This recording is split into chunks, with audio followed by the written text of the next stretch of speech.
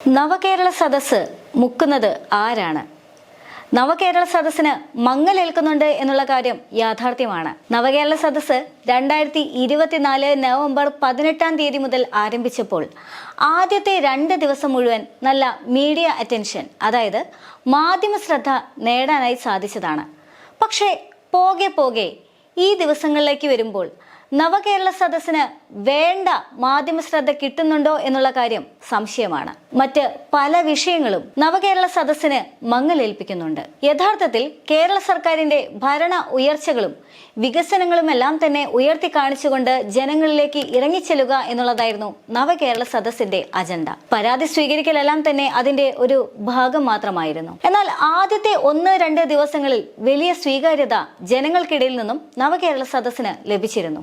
ജനങ്ങളിൽ നിന്നും വലിയ രീതിയിലുള്ള പരാതികൾ ലഭിച്ചിരുന്നു. ആ പരാതികൾ സ്വീകരിക്കാനായി പ്രത്യേകമായി ഒരു ടീമിനെ തന്നെ അറേഞ്ച് ചെയ്തിരുന്നു. പക്ഷേ ഇപ്പോൾ ഈ ദിവസങ്ങളിലെല്ലാം തന്നെ നവകേരള സദസ്സ് നടക്കുന്നുണ്ടെങ്കിലും ഈ പ്രോസസ്സുകളെല്ലാം അതിന്റെ മുറയ്ക്ക് നടക്കുന്നുണ്ടെങ്കിലും വാർത്തകളൊന്നും തന്നെ നമുക്ക് വേണ്ട രീതിയിൽ അഥവാ അത്രയും പ്രാധാന്യത്തോടു കൂടി ജനങ്ങളിലേക്ക് എത്തുന്നില്ല. ഓരോ ദിവസവും 4000-ഓളം പരാതികൾ സർക്കാർ സ്വീകരിക്കുന്നുണ്ടെന്ന് വൈകുന്നേരം പിണറായി വിജയൻ വാർത്താ സമ്മേളനത്തിൽ പറയുന്നുണ്ടെങ്കിലും പക്ഷേ യഥാർത്ഥത്തിൽ നവകേരള സദസ്സിന്റെ പ്രൗഢി ജനങ്ങളിലേക്ക് എത്തുന്നില്ല. എന്താണ് നവകേരള സദസ്സിന്റെ പ്രൗഢി ജനങ്ങളിലേക്ക് എത്താത്തതിനുള്ള പ്രധാന കാരണം?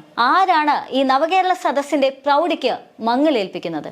നവകേരള സദസ്സിന്റെ 2ാമത്തെ ദിവസം മുതൽ തന്നെ യൂത്ത് കോൺഗ്രസ് പ്രതിഷേധം ആരംഭിച്ചിട്ടുണ്ടായിരുന്നു. യൂത്ത് കോൺഗ്രസ് പ്രതീക്ഷിച്ചതിലും ഭീകരമായിരുന്നു CPIM DYFI പ്രവർത്തകരുടെ തിരിച്ചടി. നവകേരള ബസ്സിന് നേരെ കരിങ്കൊടി കാണിച്ച് യൂത്ത് കോൺഗ്രസ് പ്രതിഷേധിച്ചപ്പോൾ പോലീസുകാരെക്കാൾ വേഗത്തിൽ ഓടിയെടുത്തെത്തിയത് DYFI പ്രവർത്തകരും CPIM പ്രവർത്തകരുമാണ്. അത്തരത്തിൽ പാർട്ടി പ്രവർത്തകരിൽ നിന്നും യൂത്ത് കോൺഗ്രസ് അടികൊള്ളുന്ന ദൃശ്യങ്ങളാണ് പിന്നീട് എല്ലാ മാധ്യമങ്ങളിലും നിറഞ്ഞു നിന്നത്. തിരിച്ചടിക്കാൻ കോൺഗ്രസിന് കഴിവില്ലായിരുന്നോ? ആദ്യത്തെ ദിവസം തന്നെ VD സതീശൻ പറഞ്ഞതാണ് തങ്ങൾ പ്രതിഷേധം തുടരുമെന്നും തിരിച്ചടിക്കുമെന്നും. മാത്രമല്ല സർക്കാരിനെതിരെ ഒരുപാട് വിമർശനങ്ങളും ഉയർത്തിയതുമാണ്. പക്ഷേ ഇതാ നാളെ ഇതുവരെ ആയിട്ടും ഇത്രയും ദിവസങ്ങൾ പിന്നിട്ടും ഇന്നിപ്പോ നവകേരള സദസ്സ് കൊല്ലം ജില്ലയിൽ എത്തി നിൽക്കുമ്പോൾ പോലും യൂത്ത് കോൺഗ്രസ് തങ്ങളുടെ കരിങ്കൊടി കാണിക്കൽ പ്രതിഷേധം തുടരുന്നുണ്ട് എങ്കിൽ പോലും യാതൊരു തരത്തിലുള്ള തിരിച്ചടി അല്ലെങ്കിൽ ആ പ്രതിഷേധത്തെ ദൃഢമാക്കാനുള്ള യാതൊരു തരത്തിലുള്ള നീക്കവും യൂത്ത് കോൺഗ്രസിന്റെ ഭാഗത്തു നിന്നും ഇല്ല എന്നുള്ളതാണ്. DYFI പ്രവർത്തകരുടെയും CPM പ്രവർത്തകരുടെയും എന്തിനേറെ പറയുന്നു പിണറായി വിജയന്റെ ഗൺമാന്റെ പോലും അടികൾക്ക് ഇരയാവുക മാത്രമാണ് യൂത്ത് കോൺഗ്രസ് പ്രവർത്തകർ ചെയ്യുന്നത്. യൂത്ത് കോൺഗ്രസിനെ സംബന്ധിച്ചിടത്തോളം നല്ല വ്യക്തമായ ധാരണയുണ്ട്. നവകേരള സദസ്സിന് എതിരെ ഇത്തരത്തിൽ പ്രതിഷേധിക്കാനിറങ്ങിയാൽ തല്ലുകൊള്ളുമെന്നുള്ള കാര്യത്തിൽ. ചെടിച്ചട്ടി കൊണ്ട് തലക്കടിച്ചപ്പോഴും അതുപോലെ തന്നെ വലിച്ച് കനാലിലേക്ക് എറിഞ്ഞപ്പോഴും യൂത്ത് കോൺഗ്രസിന് തിരിച്ചടിക്കാമായിരുന്നു. മനഃപൂർവ്വം തിരിച്ചടിക്കാതെ മാറി നിൽക്കുകയാണ്. അതായത് ഇതിൽ നിന്നെല്ലാം തന്നെ വ്യക്തമാണ് കോൺഗ്രസിന്റെ യഥാർത്ഥ ലക്ഷ്യം എന്താണെന്ന്. കോൺഗ്രസ് വിചാരിച്ച രീതിയിൽ തന്നെ നവകേരള സദസ്സിന് മങ്ങലേൽപ്പിച്ചുകൊണ്ട് അതിന്റെ ശ്രദ്ധ മാധ്യമങ്ങളിൽ നിന്നും തിരിച്ചുവിടാനായിട്ട് സാധിച്ചു. അതായത് ഇപ്പോൾ നവകേരള സദസ്സ് എന്ന് പറയുമ്പോഴോ അല്ലെങ്കിൽ ചാനലുകൾ ഓപ്പൺ ചെയ്താലോ അല്ലെങ്കിൽ ഒരു പത്രം എടുത്ത് പരിശോധിച്ചാലോ ആദ്യം കാണുന്ന വാർത്ത CPIM പ്രവർത്തകർ യൂത്ത് കോൺഗ്രസുകാരെ മർദ്ദിക്കുന്നു എന്നുള്ള വാർത്തകളാണ്. അതായത് നവകേരള സദസ്സിന്റെ നെഗറ്റീവ്സ് അഥവാ നവകേരള സദസ്സിന് മങ്ങലേൽപ്പിക്കുന്ന വാർത്തകൾ മാത്രമാണ് പ്രചരിക്കുന്നത്. മറ്റൊന്നാണ് ഗവർണർ ആരിഫ് മുഹമ്മദ് ഖാനും SFI പ്രവർത്തകരും തമ്മിലുള്ള പോരാട്ടം. ക്യാമ്പസുകളെ കാവ്യവൽക്കരിക്കുന്നു എന്നുള്ളതാണ് ആരിഫ് മുഹമ്മദ് ഖാനെതിരെ SFI ഉയർത്തുന്ന ആക്ഷേപം. ആ ആരോപണം ഉയർത്തിക്കൊണ്ട് SFI പ്രവർത്തകർ കഴിഞ്ഞ ദിവസം പ്രതികരിക്കുകയുണ്ടായിരുന്നു. എന്നാൽ ആ SFI എന്ന വിദ്യാർത്ഥി സംഘടനയിലെ വിദ്യാർത്ഥികൾക്ക് നേരെ ആരിഫ് മുഹമ്മദ് ഖാൻ ആക്രോശിച്ചുകൊണ്ടായിരുന്നു വണ്ടിയിൽ നിന്നും ചാടിയിറങ്ങിയത്. മാത്രമല്ല ആ വിദ്യാർത്ഥികൾക്കെതിരെ കേസെടുക്കാനും അതായത് ജാമ്യമില്ലാ വകുപ്പ് പ്രകാരം കേസെടുക്കാനും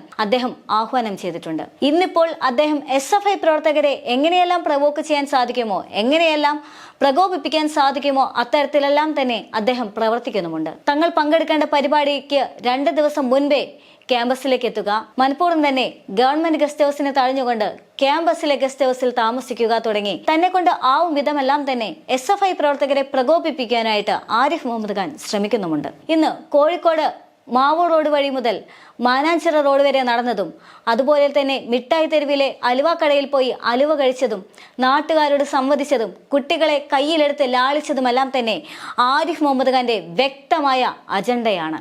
അതും കേരള സർക്കാരിന് എതിരെ എന്നതിനേക്കാൾ അപ്പുറം മുഖ്യമന്ത്രി പിണറായി വിജയനെതിരെയുള്ള വ്യക്തമായ അജണ്ടയാണ്. എന്നാൽ മുഖ്യമന്ത്രിയെ സംബന്ധിച്ചിടത്തോളം അഥവാ കേരള സർക്കാരിനെ സംബന്ധിച്ചിടത്തോളം ഇതിനെതിരെ തിരിച്ചടിക്കണമെന്ന നല്ല ആഗ്രഹമുണ്ട്.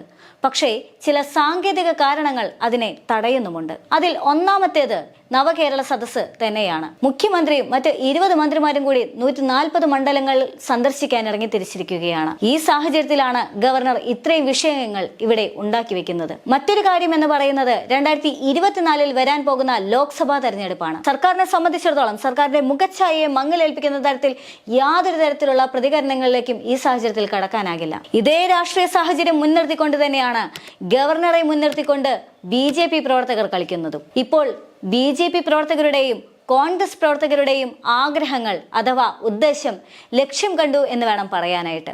ഗവർണർ യാതൊരു തരത്തിലും വിട്ടുകൊടുക്കില്ല, താൻ രണ്ടും കൽപ്പിച്ചാണ് എന്ന രീതിയിൽ തന്നെയാണ് മുന്നോട്ട് പോകുന്നത്.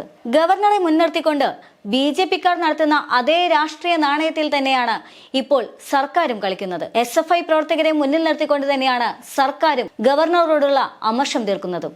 ഉയർത്തിപ്പിടിക്കാനായിട്ട് ഒരു കാരണമുണ്ട്, ക്യാമ്പസുകളെ കാവ്യവൽക്കരിക്കുന്നു എന്നുള്ളത്. കഴിഞ്ഞ ദിവസം SFI പ്രവർത്തകരെ പോലീസ് അറസ്റ്റ് ചെയ്ത സമയത്ത് CPMന്റെ സംസ്ഥാന ജനറൽ സെക്രട്ടറി MV ഗോവിന്ദൻ വാർത്താ സമ്മേളനത്തിൽ പറഞ്ഞതാണ് SFI പ്രവർത്തകർക്ക് പൂർണ്ണ പിന്തുണ നൽകുന്നു എന്ന്. അതിനുള്ള പ്രധാന കാരണമായി അദ്ദേഹം ചൂണ്ടിക്കാണിച്ചതും SFI പ്രവർത്തകർ നടത്തുന്ന പ്രതിഷേധം ന്യായമുള്ളതാണ്, ഗവർണർ സെനറ്റിലേക്ക് BJP താല്പര്യമുള്ള അംഗങ്ങളെ തിരികെ കയറ്റാൻ ശ്രമിക്കുന്നു എന്നുള്ളത് തന്നെ. അതിൽ നിന്നും വ്യക്തമാണ് CPM യാതൊരു കാരണവശാലും SFI പ്രവർത്തകരുടെ പ്രതിഷേധത്തെ തടയില്ല എന്നുള്ളത്. മാത്രമല്ല ഇപ്പോഴത്തെ സാഹചര്യത്തിൽ പിണറായി വിജയനോ മറ്റു മന്ത്രിമാർക്കോ അല്ലെങ്കിൽ CPMനോ പോലും നേരിട്ട് ഇടപെടാനായിട്ട് സാധിക്കാത്ത സാഹചര്യത്തിലാണ്, അല്ലെങ്കിൽ നേരിട്ട് പ്രതിഷേധിക്കാൻ സാധിക്കാത്ത സാഹചര്യത്തിലാണ് SFI പ്രവർത്തകരെ മുൻനിർത്തിക്കൊണ്ട് CPIM ഈ കളി നടത്തുന്നത്. ഇതിൽ നിന്നെല്ലാം മനസ്സിലാക്കാൻ സാധിക്കുന്നത് ഇതെല്ലാം കോൺഗ്രസിന്റെയും BJPയുടെയും രാഷ്ട്രീയ മുതലെടുപ്പാണ് എന്നാണ്. 2024 വരാനിരിക്കുന്ന ലോക്സഭാ തെരഞ്ഞെടുപ്പിനെ മുൻനിർത്തിക്കൊണ്ട് തന്നെയാണ്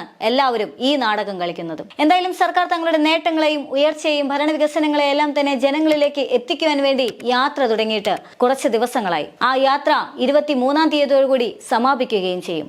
എന്നാൽ യാത്ര ഉദ്ദേശം കണ്ടുവോ എന്ന് ചോദിച്ചു കഴിഞ്ഞാൽ ഏറെക്കുറെ എന്ന് മാത്രമേ പറയാൻ സാധിക്കുള്ളൂ. ആ യാത്രയുടെ ഉദ്ദേശത്തെ നല്ല കൃത്യമായ അജണ്ടയോടുകൂടി UDFും BJPയും തടഞ്ഞു എന്ന് വേണം മനസ്സിലാക്കാനായിട്ട്. ആ BJPയുടെയും കോൺഗ്രസിന്റെയും രാഷ്ട്രീയ മുതലെടുപ്പും ലക്ഷ്യം കണ്ടു എന്ന് വേണം മനസ്സിലാക്കാനായിട്ട്.